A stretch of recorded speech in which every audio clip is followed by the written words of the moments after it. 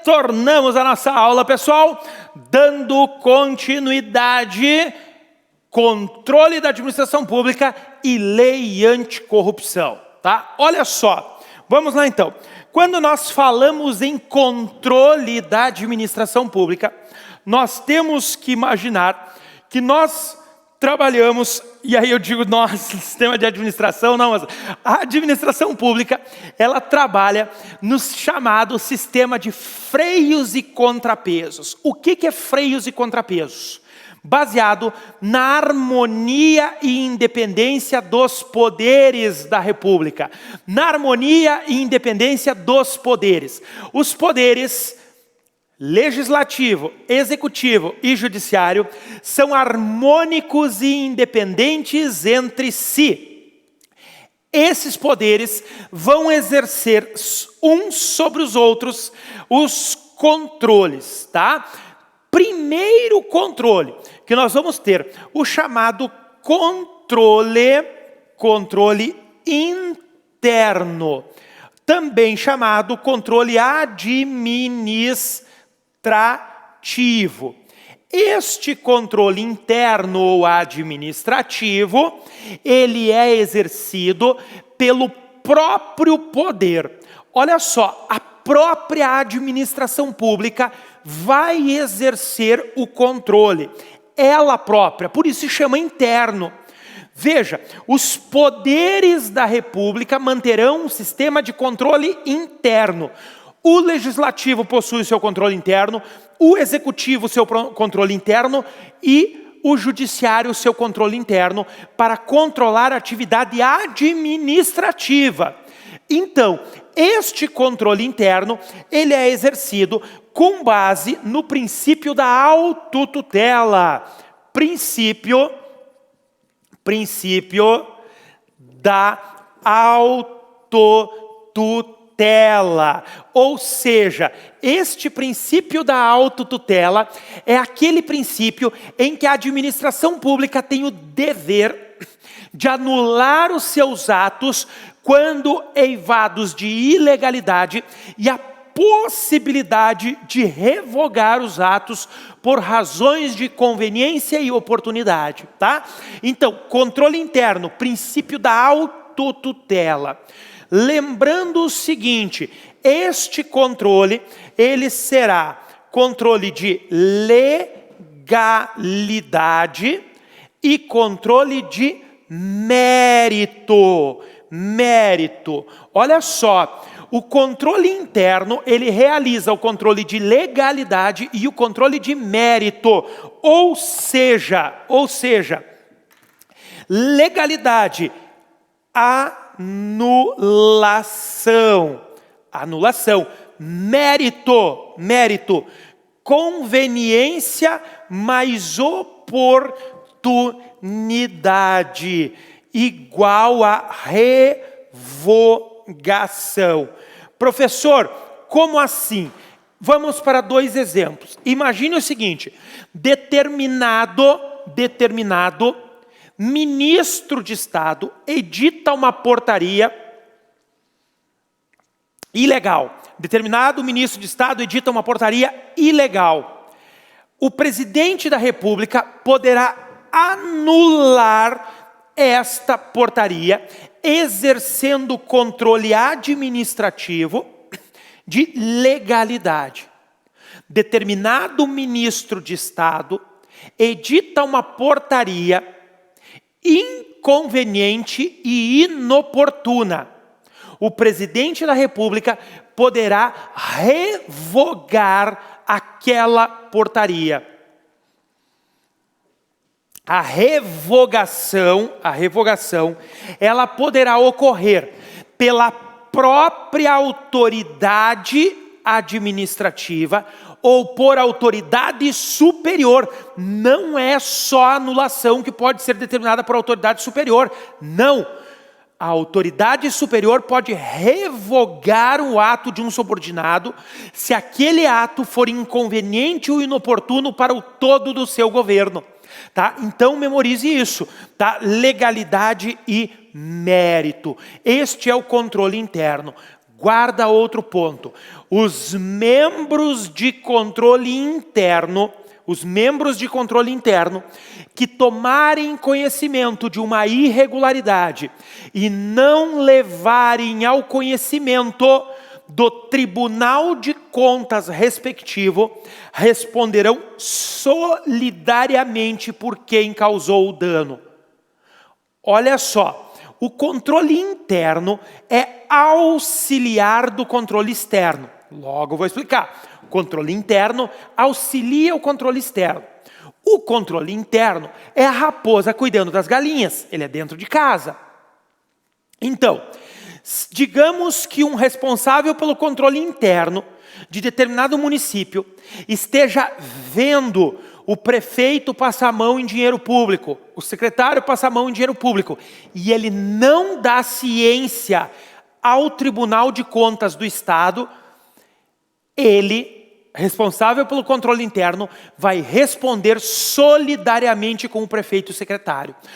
Guarda isso. Os membros do controle interno que não derem conhecimento ao Tribunal de Contas das irregularidades que presenciarem, responderão solidariamente pelos prejuízos causados. Solidariamente pelos prejuízos causados. Show, gente? Primeiro, então, controle interno. Segundo, olha só. Controle externo. Controle externo. O controle externo, ele é exercido pelo legislativo, auxiliado pelo Tribunal de Contas. Auxiliado pelo Tribunal de Contas. Olha só, União, Tribunal de Contas da União. Estados, Tribunal de Contas dos Estados. Municípios não podem instituir Tribunal de Contas dos municípios. Só permaneceram os que já existiam antes de 1988. São Paulo e Rio de Janeiro. Município de São Paulo e município de Rio de Janeiro. Só esses mantiveram os seus tribunais de contas municipais. Os outros municípios que não instituíram até 88 são proibidos de instituir. E quem controla as contas dos municípios? Tribunal de Contas do Estado. Então, controle externo no âmbito federal, Congresso Nacional auxiliado pelo Tribunal de Contas. Controle externo no âmbito do Estado, exercido pela Assembleia Legislativa auxiliada pelo Tribunal de Contas do Estado, TCE. Município, quem exerce o controle externo? Câmara de Vereadores auxiliada pelo Tribunal de Contas do Estado. Show? Tranquilo? Grava isso, tá? Olha só, esse controle externo, ele é subdividido em controle econômico, financeiro, controle econômico financeiro e controle político. Olha só, o controle econômico financeiro é o controle auxiliado pelo Tribunal de Contas. O controle é auxiliado pelo Tribunal de Contas. Ou seja, é este controle econômico financeiro que o Tribunal de Contas vai auxiliar. Gente, Tribunal de Contas é um órgão independente. Ele decorre diretamente da Constituição. Olha só, Tribunal de Contas não integra o Poder Judiciário. Tribunal de Contas não integra o Poder Legislativo. Ele é auxiliar do Poder Legislativo, mas ele não integra o Poder Legislativo. E Tribunal de Contas não integra o Poder Executivo. Tribunal de Contas é órgão independente, tá? E o Tribunal de Contas auxilia o legislativo no controle externo econômico-financeiro. Por quê? O controle político, ele é exercido pelo poder legislativo com exclusividade. Pelo poder legislativo com exclusividade. Veja um exemplo. Artigo 49, inciso 5 da Constituição Federal. Vou abrir para vocês aqui. Olha só. Artigo 49, inciso 5. Constituição. Constituição da República. Deixa eu pegar aqui. Texto compilado. Olhe na tela. Artigo 49 é da competência exclusiva do Congresso Nacional. Exclusiva do Congresso Nacional. Inciso 5. Sustar os atos normativos do Poder Executivo que exorbitem do poder regulamentar ou dos limites de delegação legislativa. O que é esse exemplo aqui? Digamos que um determinado presidente da República da história do Brasil tenha, paixão por decretos. Ame decretos. Aí ele poderá editar decretos com base no artigo 84, inciso 4 da Constituição Federal. Decreto como instrumento secundário. Lei como instrumento primário, decreto como instrumento secundário. Ou seja, o decreto só pode regulamentar a lei. O decreto não pode criar nada que não esteja previsto na lei.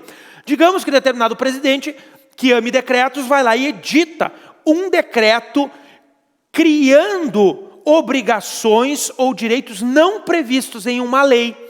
Este decreto, ele excede o poder regulamentar. E aí ele poderá ser sustado pelo Congresso Nacional. Isso é o chamado controle político. Controle político, exercido com exclusividade pelo Congresso Nacional. Lembra disso, possibilidade de sustar CPIs, comissões parlamentares de inquérito.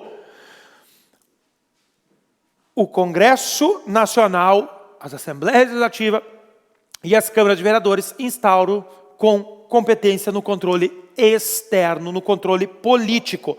Possibilidade de Congresso Nacional convocar ministros de Estado para prestar esclarecimentos referentes à sua pasta. Controle político, tá? Tribunal de Contas, olha só, gente. Tribunal de Contas susta. Tribunal de Contas susta diretamente ato administrativo. Tribunal de Contas pode sustar ato administrativo, contrário à legalidade e à economicidade. O que é sustar? Suspender. Tribunal de Contas suspende ato administrativo. Tá? Existem as cautelares nos tribunais de contas, ele faz a suspensão cautelar, suspende ato.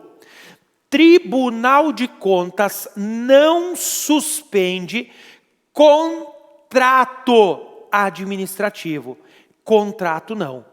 Tribunal de Contas poderá, no caso de contrato administrativo, notificar o Congresso Nacional para que o Congresso Nacional notifique a administração pública para promover as adequações necessárias e regularizar a situação. Se, e tão somente se, decorridos 90 dias, sem que o Congresso notifique a administração pública, ou sem que a administração pública promova as medidas solicitadas, aí sim o Tribunal de Contas poderá sustar um contrato administrativo. Cara, isso cai. Já caiu 3, 4 vezes na primeira fase. Grava isso. Tribunal de Contas pode suspender ou sustar diretamente um ato administrativo. Pode. Contrato administrativo nunca. Nunca.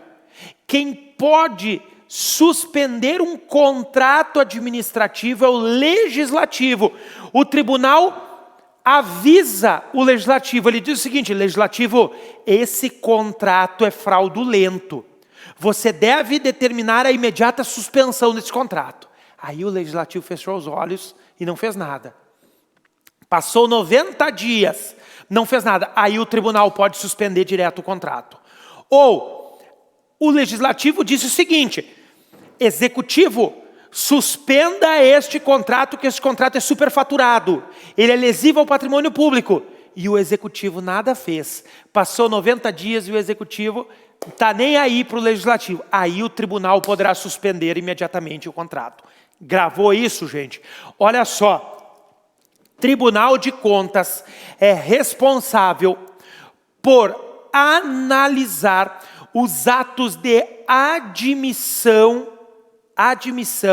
e aposentadoria de servidores e empregados públicos efetivos. Cargo em comissão, não. Gente, tem cargo em comissão, é sério, vocês estão vendo isso na TV. Tem cargo em comissão que assume num dia, 8 horas da manhã, e toma o pé na bunda 5 horas da tarde no mesmo dia. Sai num diário oficial do dia a nomeação do cara para determinado cargo em comissão, e às 6 horas da tarde sai uma edição extra do diário oficial dando pé na bunda do cara, exonerando. E isso não é estranho. Vocês têm acompanhado na televisão isso todo dia. Então vocês imaginam se o Tribunal de Contas tivesse que analisar ato de admissão e exoneração de CC. Ele ia pirar, não tem como. Então, Tribunal de Contas analisa atos de admissão e aposentadoria de ocupante de cargo efetivo, sendo que o ato administrativo de aposentadoria é o chamado ato administrativo complexo. Ele só se aperfeiçoa com a homologação do Tribunal de Contas. O que é um ato administrativo complexo? É aquele ato que depende da sucessão de 2 ou mais autoridades ou órgãos. E o ato de aposentadoria é assim: a administração edita a aposentadoria e o Tribunal de Contas homologa. O ato só se aperfeiçoa com a homologação do Tribunal de Contas. Fora isso, ele não se aperfeiçoou. Então, grava isso, tá? Outro ponto importante: qualquer pessoa física ou jurídica que administre, que guarde dinheiro público, que seja responsável pela administração de dinheiro público, estará sujeito a controle do Tribunal de Contas respectivo. Por que Tribunal de Contas respectivo? De onde veio o dinheiro? De onde veio o dinheiro? Vamos lá para exemplo de prova. A União repassou para o município de Oabeiros 100 mil reais para o município de Oabeiros construir uma quadra poliesportiva. O município de Oabeiros desviou parte desse dinheiro. Qual o Tribunal de Contas que é responsável pela fiscalização desses 100 mil reais? Aí vai ter lá, Tribunal de Contas do Estado, Tribunal de Contas do município de Oabeiros, Tribunal de Contas da União. O responsável é o Tribunal de Contas da União, porque o dinheiro foi repassado da União. Sempre Tribunal de Contas da origem. Se o Tribunal de Contas do Estado verificar que houve um desvio de um dinheiro público que foi repassado da União, o que o Tribunal de Contas tem o dever? Tem o dever de informar o TCU, só. Ele informa. Olha só, digamos que uma auditoria, a historinha é essa. Em uma auditoria realizada pelo Tribunal de Contas do Estado, Alfa, este Tribunal de Contas verificou que o prefeito municipal de Oabeiros desviou parte de um dinheiro repassado pela União para a construção de uma quadra poliesportiva. O que deve fazer o Tribunal de Contas do Estado? Letra A, multar o prefeito. Letra B, decretar a indisponibilidade de bens do prefeito. Letra C, comunicar o Tribunal de Contas da União. Letra D, decretar a prisão do prefeito. O que vai fazer o TCE? Só comunicar o Tribunal de Contas da União. E aí, o Tribunal de Contas da União que vai tomar a providência cabível, porque o dinheiro é da União, foi repassado. Guarda isso. Olha só, gente, Sistema S, SESI, SENAI, SEBRAE, SENAC, estão sujeitas a fiscalização do Tribunal de Contas da União? Sim, tem dinheiro de interesse público lá. O que é o dinheiro de interesse público? O dinheiro de interesse público são os valores oriundos das contribuições e taxas. Olha só, taxas e contribuições.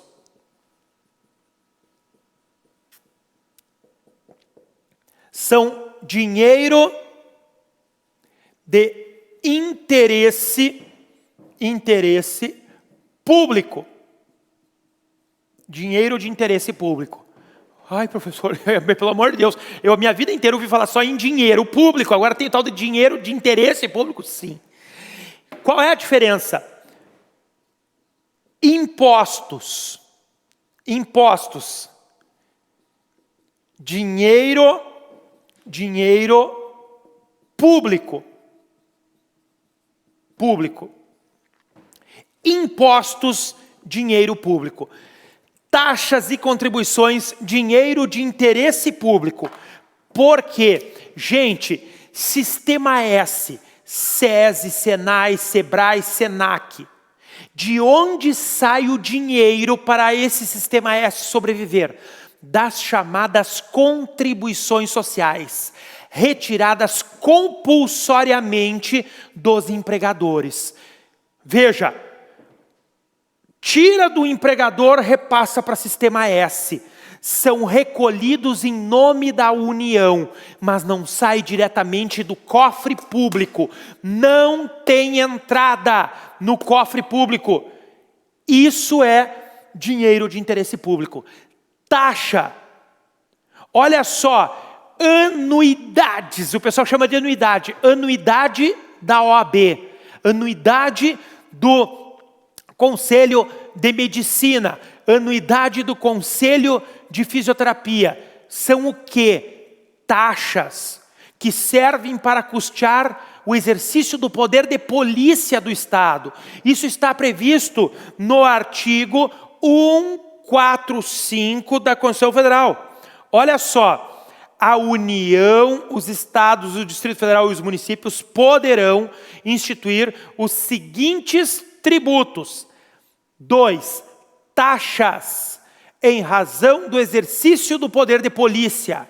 Então, a OAB é uma autarquia pública corporativista, né? Corporativista é o nome dado pelo STF porque ela defende uma corporação.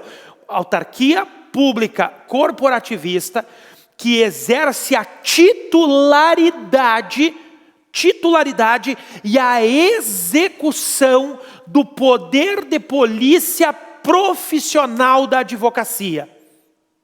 A OAB exerce, em nome da República Federativa do Brasil, o poder de polícia sobre a atividade profissional da advocacia.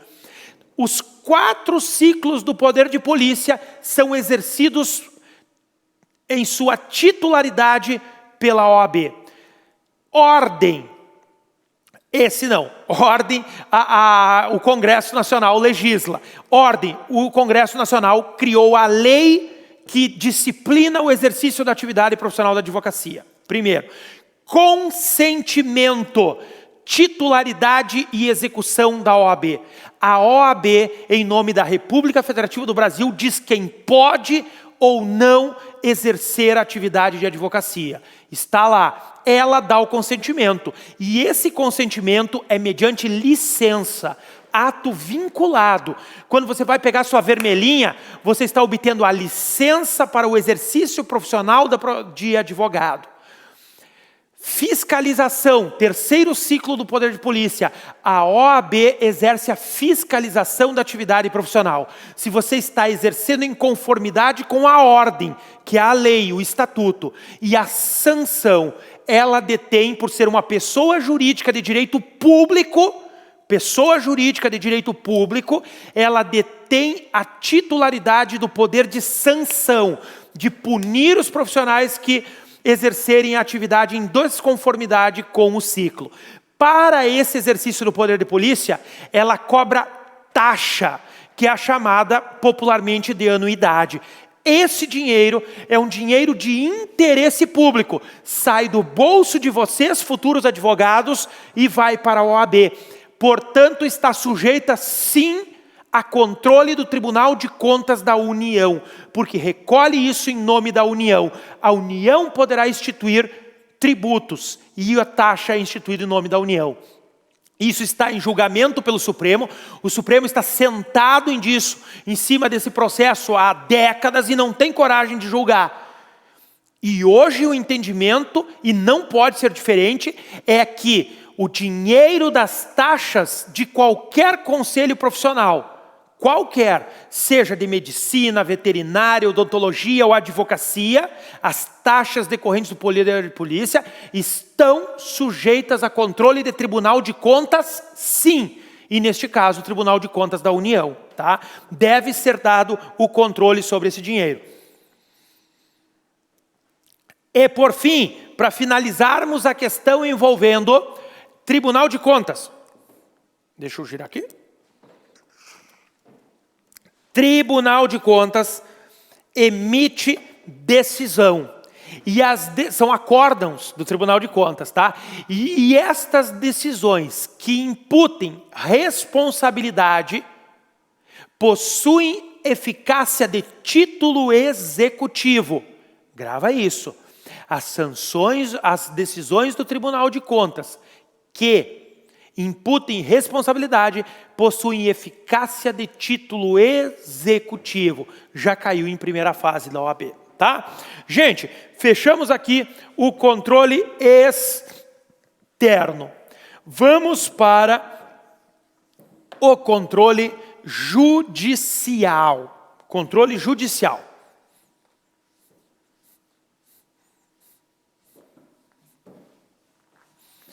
Olha só. Controle judicial, o próprio nome já diz, né? Controle judicial, o próprio nome já diz, é exercido pelo Poder Judiciário. Poder Judiciário.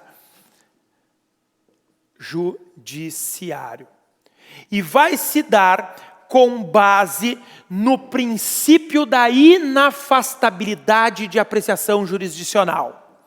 Princípio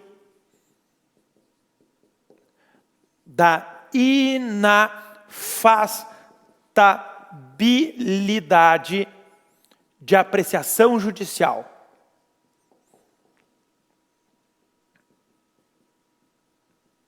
O Poder Judiciário coloca pá de cal nas questões de controle.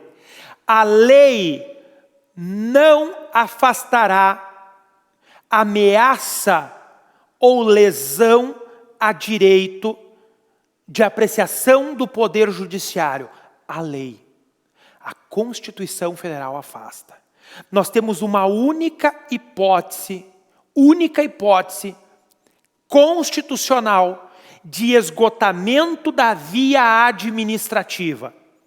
Observe o seguinte, como regra geral, não se afasta a apreciação do Poder Judiciário, ou seja, não é necessário o esgotamento da via administrativa.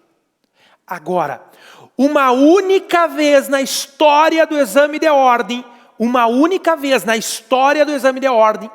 a FGV cobrou a única hipótese constitucional de exceção a esse princípio. Só existe uma. E eu nunca vou esquecer dela, sabe por quê? Porque foi no meu exame de primeira fase. A única vez na história do exame de ordem que ela cobrou isso nas questões de direito administrativo. E aí eu vou abrir para vocês, porque essa questão eu nunca esqueço, né? Vocês nunca esquecerão das questões que caírem na prova de vocês. Deixa eu abrir ela para mostrar para vocês. Ó. OAB.fgv.br. Lá no sexto exame, deixa eu abrir aqui, ó. No sexto exame de ordem, primeira fase. Professor, o senhor está velho, hein? Aqui, ó, sexto exame de ordem. Foi o meu famoso sexto exame aqui, né? No seu caderno de primeira prova. Cadê aqui, ó? Caderno de provas 1. Futebol. Aqui. Olha só. A única vez que a FGV cobrou na história, a única exceção ao princípio de inafastabilidade de apreciação judicial. Essa questão 28 de direito administrativo aqui, ó. Aqui começa, ó, os direitos administrativos, ó, 27, Luiz Fernando, servidor público estável, ó, reintegrado, aproveitado, readaptado. Aí vem a questão 28, ó. Vocês nunca mais esquecerão dessa exceção. Durante competição esportiva, campeonato estadual de futebol, o Clube A foi punido com a perda de 1 ponto em virtude de episódios de preconceito por parte de sua torcida. Com essa decisão de primeira instância da Justiça Desportiva, o Clube B foi declarado campeão naquele ano. O Clube A apresentou recurso contra a decisão de primeira instância. Antes mesmo do julgamento desse recurso, distribuiu ação ordinária perante a Justiça Estadual com o objetivo de reaver o ponto que lhe fora retirado pela Justiça Arbitral. Diante de tal situação, é correto afirmar que, gente, é a única hipótese em que tem que esgotar a via administrativa. Isso aqui é direito administrativo puro, viu? Direito administrativo puro. Poucos aprendem na graduação isso aqui, tá? Que é a questão da justiça desportiva, que integra o direito administrativo. Olha só, olha a letra A. Como o direito brasileiro adotou o sistema de jurisdição una, tendo o Poder Judiciário o monopólio de apreciação, com força de coisa julgada, de lesão ou ameaça a direito, é cabível a apreciação judicial dessa matéria a qualquer tempo. Jamais. Tem que haver o esgotamento da justiça desportiva. Olha a letra B. As decisões da justiça desportiva são inquestionáveis na via judicial, uma vez que vige no direito brasileiro, sistema pelo qual o Poder Judiciário somente pode decidir matérias para as quais não exista tribunal administrativo específico. Errado. Depois do esgotamento da justiça desportiva, o Judiciário pode analisar. Letra C. Como regra, o ordenamento vigente adota o princípio da inafastabilidade da jurisdição. Artigo 5º, inciso 35 da Constituição. Todavia, as decisões da justiça desportiva consubstanciam exceção a essa regra, já que são insindicáveis na via judicial. Errado. Podem ser levadas ao Poder Judiciário, sim, depois do esgotamento. Letra D. O Poder Judiciário pode rever decisões proferidas pela Justiça Desportiva. Ainda assim, exige-se anteriormente ao ajuizamento da ação cabível o esgotamento da instância administrativa por se tratar de exceção prevista na Constituição. Sim, é a única exceção. E deixa eu mostrar lá na Constituição para vocês. Olha só. Artigo 217 da Constituição Federal. É dever do Estado fomentar práticas desportivas, formais e não formais, como direito de cada um. observados. Olha o parágrafo primeiro. Parágrafo primeiro. O Poder Judiciário só admitirá ações relativas à disciplina e às competições desportivas após esgotarem-se as instâncias da justiça desportiva regulada em lei. É o único dispositivo em todos os artigos da Constituição Federal que vocês vão achar exceção ao princípio da inafastabilidade de apreciação judicial.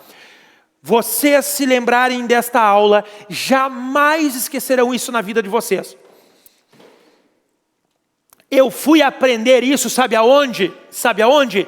Na minha prova de primeira fase, abrindo o caderno e resolvendo essa questão. A única vez na história, primeira vez na história, que eu fui descobrir que era necessário esgotar a via administrativa antes de ingressar no Poder Judiciário, foi resolvendo essa questão direto na minha prova. Vocês terão a oportunidade de, se cair isso na prova de vocês, como caiu na minha em primeira fase, vocês lembrarem deste professor dizendo para vocês que a única exceção ao princípio da inafastabilidade de apreciação judicial prevista na Constituição Federal é o da justiça desportiva.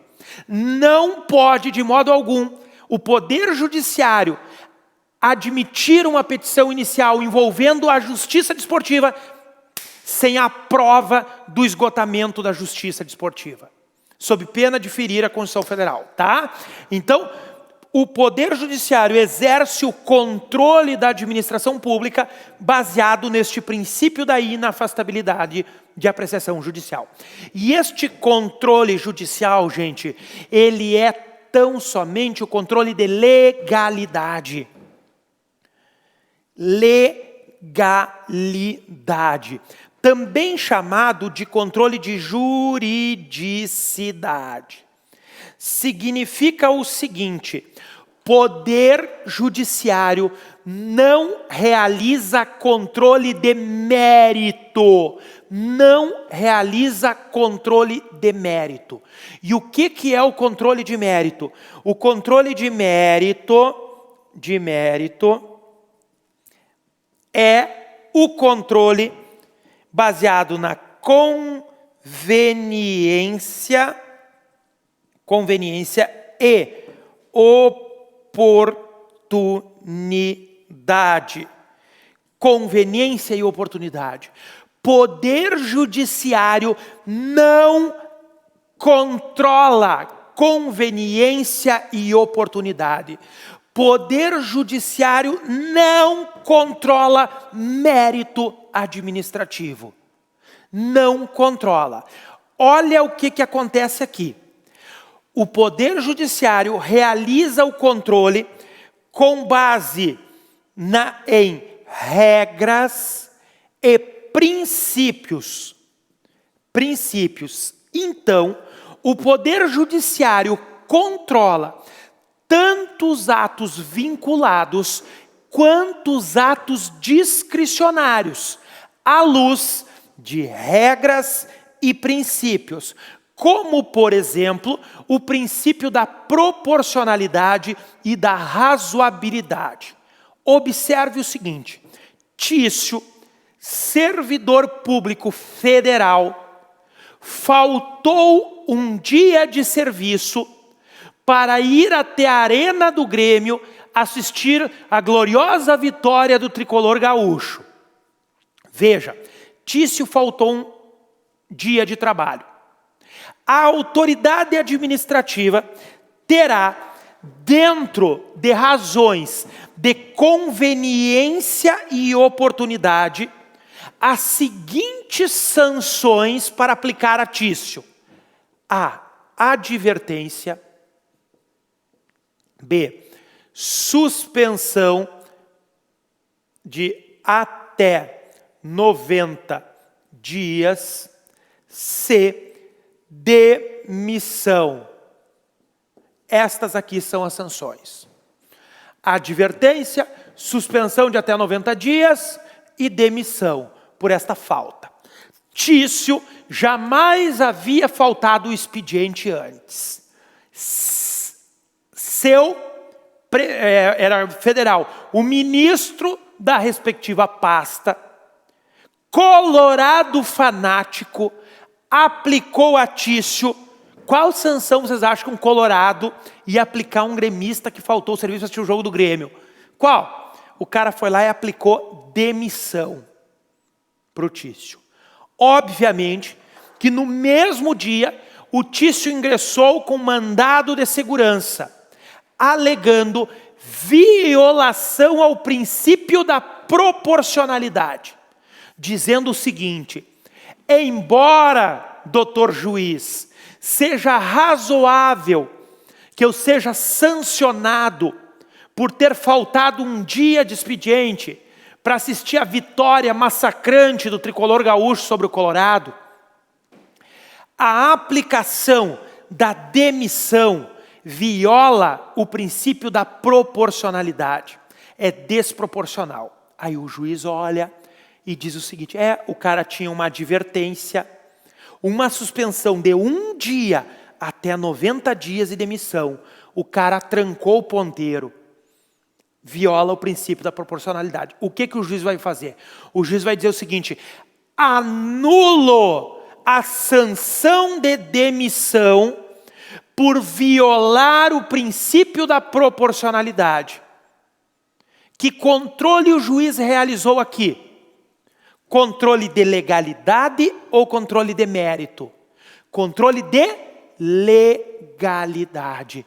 Porque ele realizou um controle baseado no princípio da proporcionalidade. E princípio integra a norma. Norma é composta por regras e princípios. Princípio integra a norma. E o controle realizado foi um controle de juridicidade. Agora, olha aqui o que seria considerado um controle de mérito que o juiz jamais poderia fazer. Olha só, nunca ele poderia fazer isso. Anulo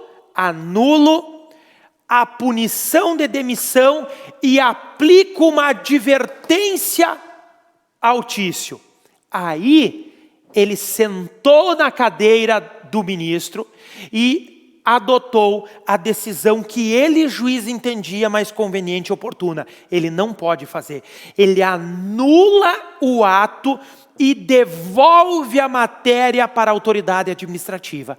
E a autoridade administrativa, dentre as outras opções possíveis, milhares, vai tomar ela a decisão que ela entender mais conveniente e oportuna, atendendo o princípio da proporcionalidade. Atendendo o princípio da proporcionalidade. Você está entendendo? Então, juiz anula, realiza controle de juridicidade. Se ele decidir qual é o caminho mais conveniente e oportuno, ele realizou o controle de mérito, e isso ele jamais pode fazer. E esse exemplo é o exemplo de prova, da historinha triste de prova, exatamente essa mesma história que eu contei para vocês, tá? Ele anula o ato, mas ele não substitui a decisão da administração pública, jamais. Beleza, gente? Tranquilo? Aqui nós fechamos o controle judicial. O controle judicial. Próximo controle, muito cobrado. Gente, olha só, controle social. O controle social, como o próprio nome diz, tá? Controle social.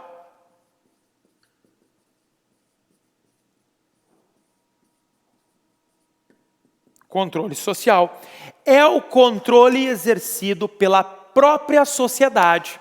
É o controle exercido pela própria sociedade. E aí, este controle social, ele vai se realizar através dos seguintes direitos do cidadão. Guarde esses 3 direitos. Direito de petição, direito de representação e direito de ação. O controle social sempre vai desencadear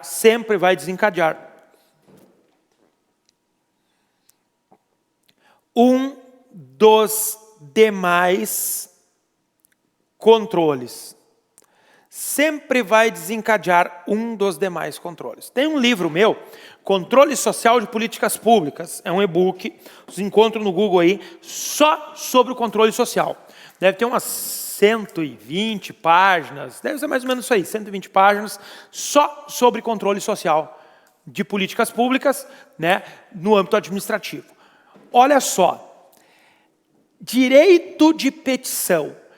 Qualquer pessoa tem direito de pedir informações de interesse público. Qualquer pessoa tem o direito de chegar no protocolo do município, do estado ou da União e requerer vistas e cópia de um processo licitatório, de um processo de concurso público, independentemente do pagamento de taxas. Independentemente do pagamento de taxas. É possível que a administração pública cobre tão somente o valor necessário para cobrir a despesa dos custos. E aquele que for declaradamente pobre, nos termos da sua declaração de pobreza, ficará isento do pagamento dessa taxa. Então, eu chego no balcão e digo, quero cópia do processo licitatório da construção da obra tal. Tenho direito. Isso é exercício do controle social. Beleza? Sociedade controlando. Chega lá e quer vistas. Direito de petição. Segundo, direito de representação. Esse direito de representação diz o seguinte: qualquer cidadão é parte legítima para representar contra a irregularidade que tomar conhecimento perante o Tribunal de Contas, e perante ao Ministério Público. Deixa eu mostrar isso na tela para vocês, porque eu preciso explicar a diferença de dois cidadãos aqui que vocês não podem nunca esquecer, tá? Olha só. Vamos lá para a Constituição. Cidadão. Deixa eu botar aqui, ó. Qualquer direito de ação, vem para cá. Olha só aqui, ó. Artigo 74, parágrafo 2º da Constituição Federal. Qualquer cidadão, partido político, associação ou sindicato é parte legítima para, na forma da lei, denunciar irregularidades ou ilegalidades perante o Tribunal de Contas da União. No âmbito federal, no âmbito estadual, do Tribunal de Contas do Estado. Deixa eu abrir a lei 8429.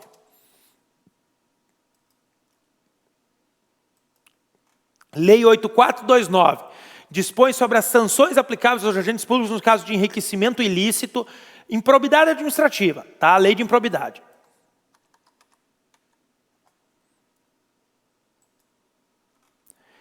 Artigo 14. Qualquer pessoa poderá representar a autoridade administrativa competente para que seja instaurada investigação destinada a apurar a prática de ato de improbidade. Veja, qualquer cidadão, aqui no caso qualquer pessoa, seja pessoa física ou jurídica, poderá representar a autoridade administrativa competente para que seja instaurada investigação destinada a apurar a prática de ato de improbidade. Gravou isso? Ó, qualquer pessoa. Vamos para a Lei 8.666.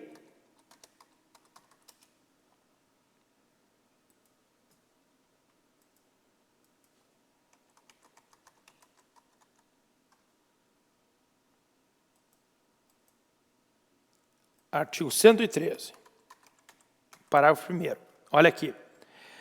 Artigo 113, parágrafo 1º da Lei 8.666. Qualquer licitante, contratado ou pessoa física ou jurídica poderá representar ao Tribunal de Contas ou aos órgãos integrantes do sistema de controle interno contra irregularidades na aplicação da lei de licitações, para os fins do disposto nesse artigo. Tá? Então veja comigo, esse é o chamado direito de representação. Qualquer cidadão, no sentido amplo do termo. O que é cidadão no sentido amplo do termo? Cidadão no sentido comum, daquele que você encontra lá do outro lado da rua. Sabe que, cara, faz tempo que você vê, né? Faz tempo que você não vê ele.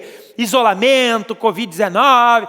Aí você enxergou o cara lá e deu um grito, ah, cidadão, como é que tá? Aquele cara, você nem sabe se ele tem os direitos políticos dele em dia. Porque para ele ser cidadão brasileiro, estrito sensu, primeiro, ele tem que ter a nacionalidade brasileira. E segundo, ele tem que estar no pleno gozo dos seus direitos políticos. Esse é o cidadão. Esse é o cidadão. Para o direito de representação, ele não precisa ser esse cidadão. Esse, com os direitos políticos em dia. Gravou isso? Não. E quando foi dito isso? Foi dito isso em uma decisão do Supremo Tribunal Federal que analisava a legitimidade de um presidiário que havia feito uma denúncia perante o TCU de desvios de recursos públicos e não havia sido admitida porque ele não estava no pleno gozo dos direitos políticos. Ele estava cumprindo pena.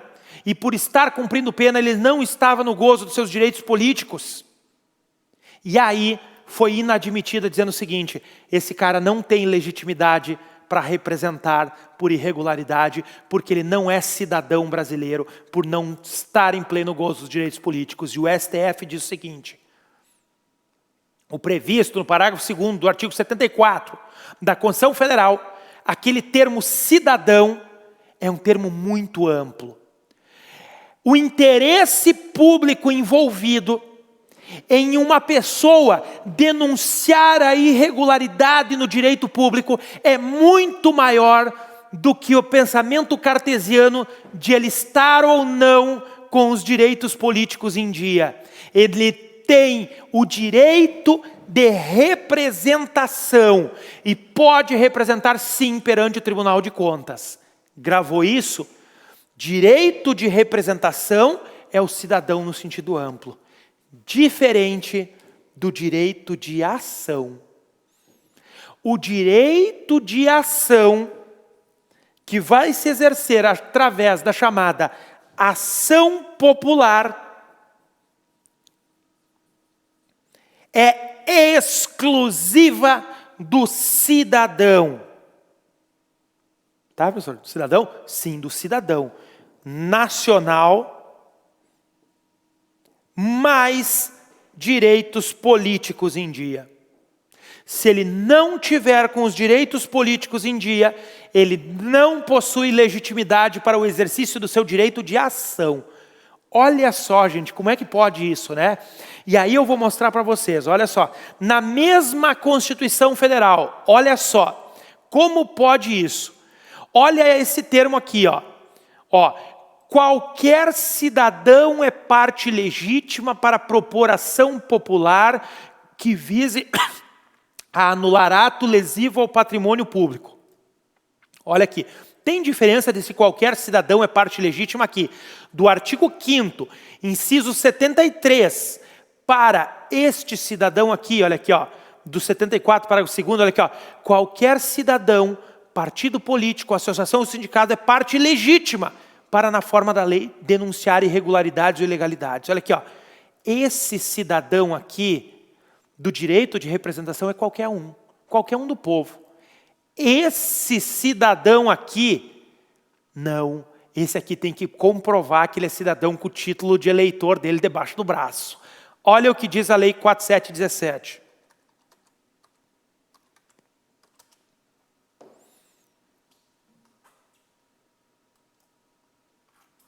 Artigo 1º. Qualquer cidadão será parte legítima para pleitear a anulação ou declaração de nulidade de ato lesivo ao patrimônio. Olha o parágrafo 3º. A prova da cidadania para ingresso em juízo será feita com o título eleitoral ou com o documento que a ele corresponda. Então, estrangeiro não pode exercer controle social através do seu direito de ação popular. Pessoa jurídica não pode exercer direito de ação através da ação popular. Brasileiro nato, com os direitos políticos suspensos ou perdidos, não poderá exercer o seu direito de ação. Pode o direito de representação. Representa o Ministério Público, representa o Tribunal de Contas, e eles vão exercer o direito de ação deles, mas não a ação popular. Grava que isso cai. Para ingressar com a ação popular, tão somente cidadão com os direitos políticos em dia. E quando que vai haver a perda ou a suspensão dos direitos políticos? Deixa eu mostrar para vocês aqui na Constituição Federal.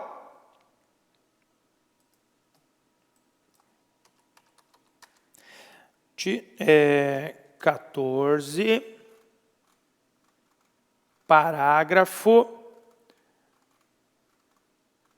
15, artigo 15. Olha aqui, ó. Constituição Federal, artigo 15. É vedada a cassação de direitos políticos, cuja perda ou suspensão só se dará nos casos de cancelamento da naturalização por sentença transitada em julgado, incapacidade civil absoluta, condenação criminal transitada em julgado enquanto durarem os seus efeitos, recusa de cumprir obrigação a todos imposta ou prestação alternativa, improbidade administrativa nos termos do artigo 37, parágrafo 4º. A pergunta poderá ser o seguinte: João da Silva, condenado por ato de improbidade administrativa, a perda dos direitos políticos pelo prazo de 3 anos, deseja ajuizar a ação popular para anular ato lesivo ao patrimônio público, no exercício do seu direito de controle social, poderá? Não, não possui legitimidade. Fechamos aqui controle. Gente, lei anticorrupção. Lei anticorrupção. Olha só. Lei anticorrupção, nós temos que tratar dos seguintes pontos. Primeiro, pelo amor de Deus, memorize 2 expressões que vão se remeter à lei anticorrupção. Primeiro, ato de corrupção. Usou a palavra corrupção, está sendo falado da lei anticorrupção. Segundo, ato lesivo à administração pública nacional. ou estrangeira. Guarda isso. Ato lesivo à administração pública. Tem que estar estas duas aqui, uma ou outra ou as duas juntos.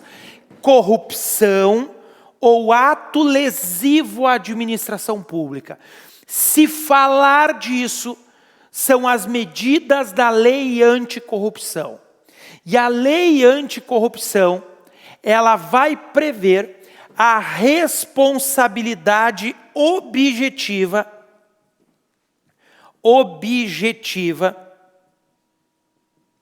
civil e administrativa das pessoas jurídicas.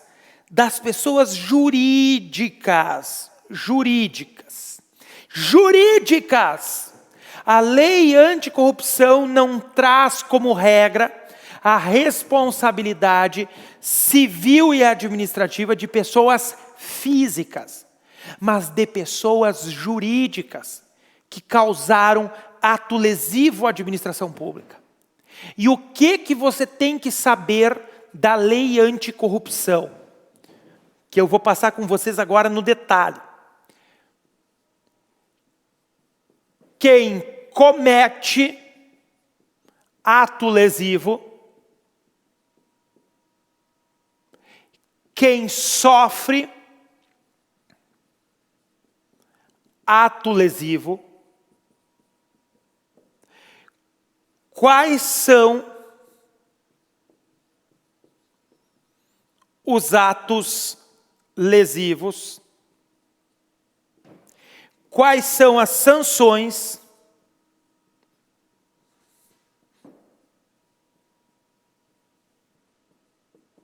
prescrição,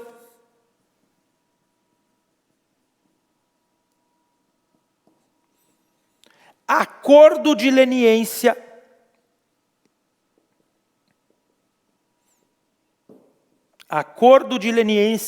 e desconsideração da personalidade jurídica. Vamos para a lei. Olha só. Deixa eu abrir aqui.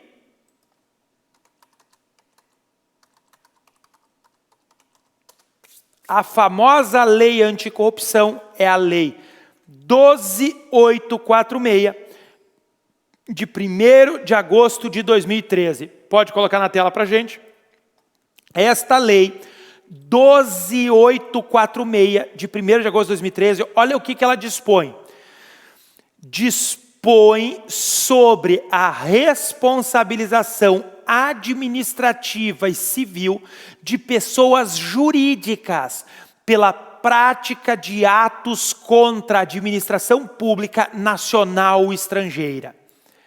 Olha aqui, esta lei dispõe sobre a responsabilização objetiva, administrativa e civil de pessoas jurídicas pela prática de atos contra a administração pública nacional ou estrangeira. Então, primeiro ponto, é objetiva, independe de culpa ou dolo. Isso é responsabilidade objetiva. Contra pessoas jurídicas. Quem é que vai responder? Olha aqui, aplica-se o disposto nessa lei às sociedades empresárias e às sociedades simples, personificadas ou não, independentemente da forma de organização ou modelo societário adotado, bem como a quaisquer fundações, associações de entidades ou pessoas, ou sociedades estrangeiras que tenham sede, filial ou representação no território brasileiro, constituídas de fato ou de direito, ainda que temporariamente.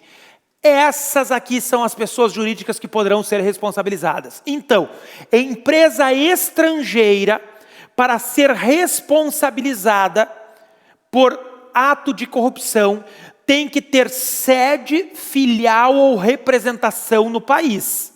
Se não tiver sede, filial ou representação no Brasil, constituída de fato ou de direito, não será responsabilizada, tá? Vamos seguir. Então, primeira pergunta, quem responde? Está lá. Segunda pergunta, quais são os atos lesivos? Estão aqui no artigo 5º. Olha aqui, ó. Dos atos lesivos à administração pública nacional ou estrangeira. Constitui ato lesivo à administração pública nacional ou estrangeira todos aqueles praticados pelas pessoas jurídicas mencionadas no parágrafo único do artigo 1º, que atentem contra o patrimônio público nacional ou estrangeiro, contra princípios da administração pública ou contra os compromissos internacionais assumidos pelo Brasil, assim definidos. Rol taxativo. Prometer, oferecer ou dar direta ou indiretamente vantagem indevida a agente público ou a terceira pessoa a ela relacionada. Comprovadamente financiar, custear, patrocinar ou de qualquer modo subvenciar a prática de atos ilícitos. No tocante a licitações e contratos, frustrar ou fraudar mediante ajuste, combinação ou qualquer outro expediente. Uma lista de atos aqui, tá? Olha só, gente. Foca só em mim, por favor. Ponto importante, essa mesma conduta poderá, ao mesmo tempo, caracterizar improbidade administrativa e ato lesivo à administração pública. E as punições não vão constituir bis in idem. As pessoas jurídicas serão responsabilizadas em esferas independentes na improbidade administrativa e por ato lesivo à administração pública. Show? Olha o que é considerado administração pública estrangeira. Pode colocar na tela. Parágrafo 1º. Considera-se administração pública estrangeira os órgãos e entidades estatais ou representações diplomáticas de país estrangeiro, de qualquer nível ou esfera de governo, bem como as pessoas jurídicas controladas direta ou indiretamente pelo poder público de país estrangeiro. Vamos lá. Uma empresa brasileira aqui do Brasil, corrompeu um prefeito de um pequeno município no interior do Arzebaquistão. Esta empresa brasileira responderá pela lei anticorrupção por ato lesivo à administração pública estrangeira? Sim ou não? Sim. Uma empresa brasileira sediada no município de Oabeiros pagou propina para o diretor de uma empresa pública municipal de um pequeno município no interior do Afeganistão. Estará sujeita à sanção por ato lesivo à administração pública estrangeira? Sim ou não? Sim. Não esqueça disso, tá? Parágrafo 2º. E se for da ONU, professor Felipe? Olha aqui, para os efeitos dessa lei, equiparam-se a administração pública estrangeira às organizações públicas internacionais. Também entra aqui ONU, OEA, tá? Vamos lá. Da responsabilização administrativa, o que pode ser aplicado para as pessoas jurídicas como punição na esfera administrativa? Duas sanções. Multa no valor de 0,1 a 20% do faturamento bruto do exercício anterior ao da instauração do processo administrativo, excluídos tributos, a qual nunca será inferior à vantagem oferida quando for possível sua estimação, e publicação extraordinária da decisão condenatória. Estas aqui são as duas sanções. E na esfera judicial, olha só.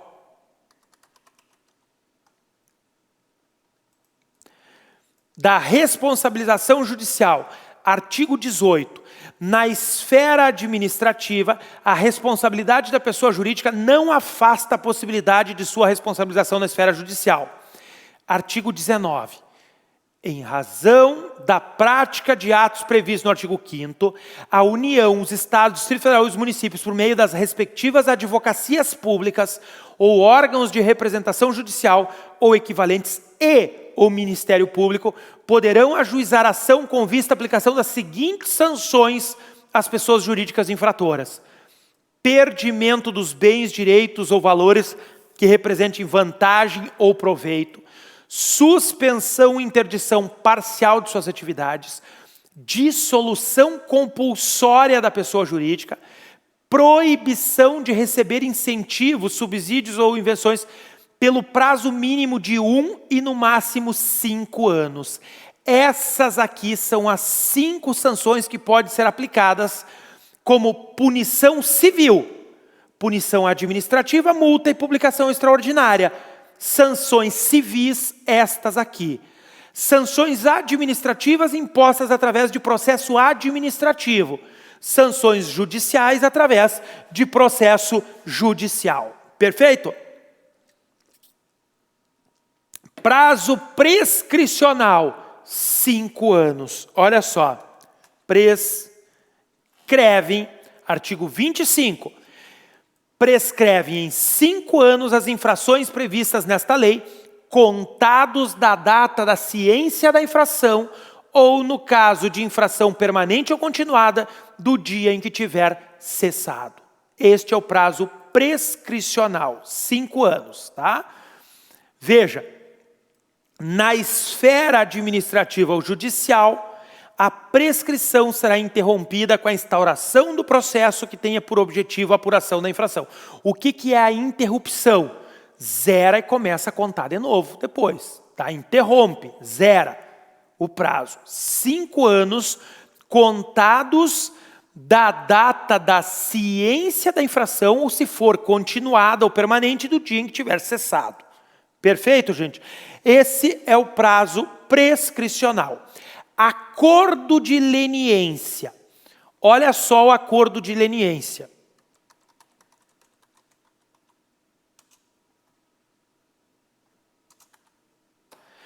Do acordo de leniência,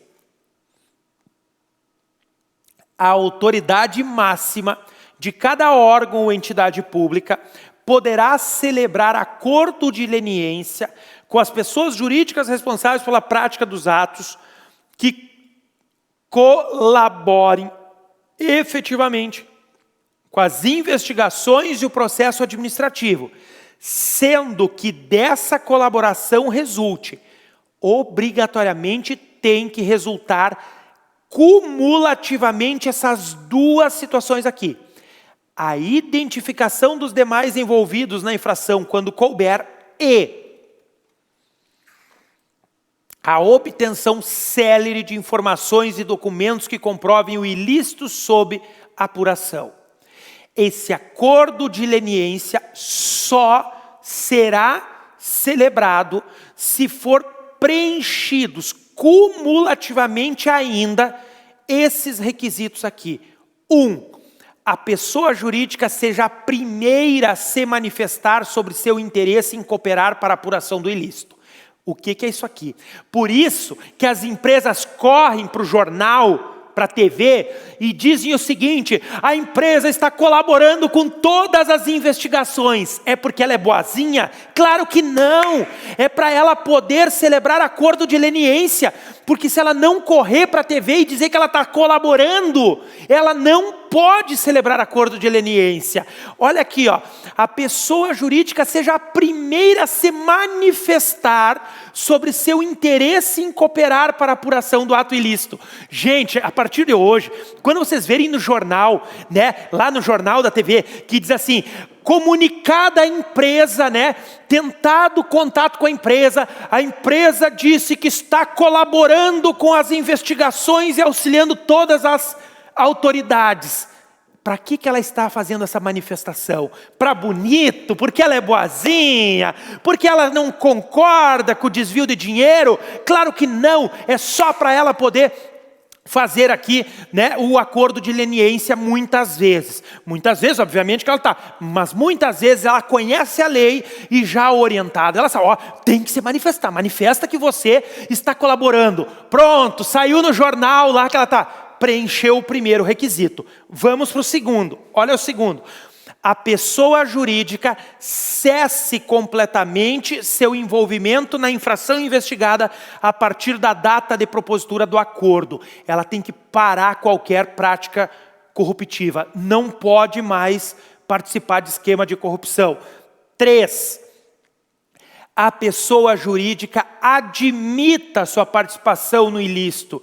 Ela tem que dizer que ela participou e cooperar plena e permanentemente com as investigações e o processo administrativo. Esse aqui são os 3 requisitos que ela tem que preencher cumulativamente. E aí, o que este acordo de leniência pode trazer para ela?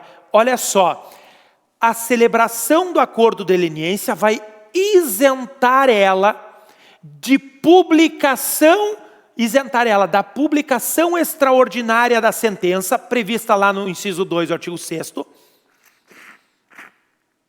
Vai isentar ela desta publicação, vai isentar ela da proibição de receber subsídios de 1 a 5 anos, que é aquela sanção civil, e vai reduzir em até 2/3 o valor da multa aplicável. Até 2/3 o valor da multa. Não isenta totalmente, mas reduz até 2/3. Esse acordo de leniência não exime ela da obrigação de reparar integralmente o dano causado. Isso aqui é o que vai ocasionar o acordo de leniência para ela. Desconsideração da personalidade jurídica. Está prevista no artigo 14 da lei. É a possibilidade de estender as sanções que eram para a empresa para os sócios com poder de administração. Olha aqui, artigo 14. A personalidade jurídica poderá ser desconsiderada sempre que utilizada com abuso do direito para facilitar, encobrir ou dissimular a prática dos atos ilícitos previstos nesta lei, ou para provocar confusão patrimonial, sendo estendidos todos os efeitos das sanções aplicadas à pessoa jurídica aos seus administradores e sócios com poder de administração, observados o contraditório e a ampla defesa. Isso aqui é a desconsideração da personalidade jurídica. Os administradores poderão responder se a empresa for utilizada com abuso do direito para facilitar, encobrir ou dissimular a prática de atos de corrupção. Gente, o que pode cair para vocês sobre lei anticorrupção é isso aqui que a gente viu.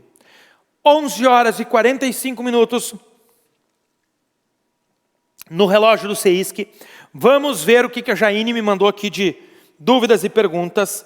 A Jaine disse o seguinte. Recadinho, Luna Deca Moreira Gonçalves Silva, bom dia. O controle externo está previsto em qual artigo? O controle externo está previsto no artigo 71 da Constituição Federal. Luna, artigo 71. Deixa eu mostrar para você aqui. Se não é o 71, é o 72. É o 72, tá? Desculpa, 72. Deixa o prof abrir aqui, ó. Cadê aqui a Constituição? Olha só. Não, me desculpa. Você perguntou o externo ou o interno? Deixa eu perguntar aqui. Olha aqui. É o externo no 71, tá? Art. 71. Ó. O controle externo a cargo do Congresso Nacional será exercido com o auxílio... Pode colocar na tela para mim? O controle externo a cargo do Congresso Nacional será exercido com o auxílio do Tribunal de Contas da União, tá? Ao qual compete, aqui estão as competências do Tribunal de Contas, 71. 72, tá? Me desculpa, aqui é o 74, que vai trazer do controle interno, ó. 74. Os poderes legislativo, executivo e judiciário manterão de forma integrada sistema de controle interno com a finalidade de... E aqui vem as finalidades do controle interno. 71, externo, que é o que você perguntou. 74, o interno. Recadinho a Tufi Hassan.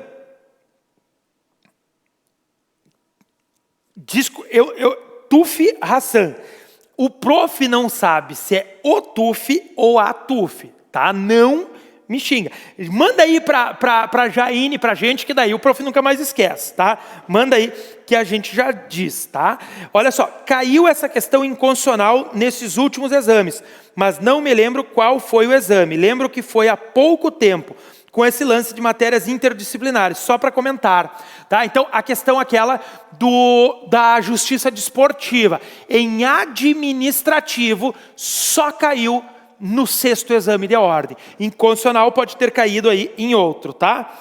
Prof, não esquece da pergunta da Luíse, acima da pergunta da aluna. A pergunta da Luíse, deixa eu pegar aqui, a pergunta da Luíse. Bom dia, professor. Poderia explicar a questão do empate das microempresas e quando será a cota reservada de 25% para essas microempresas? Luíse, vou pedir, né, agora como nós já passamos o controle, vou pedir para você dar uma olhadinha, volta na aula, dá uma olhadinha, tá? Assiste novamente a questão do empate, que você tem que olhar mesmo.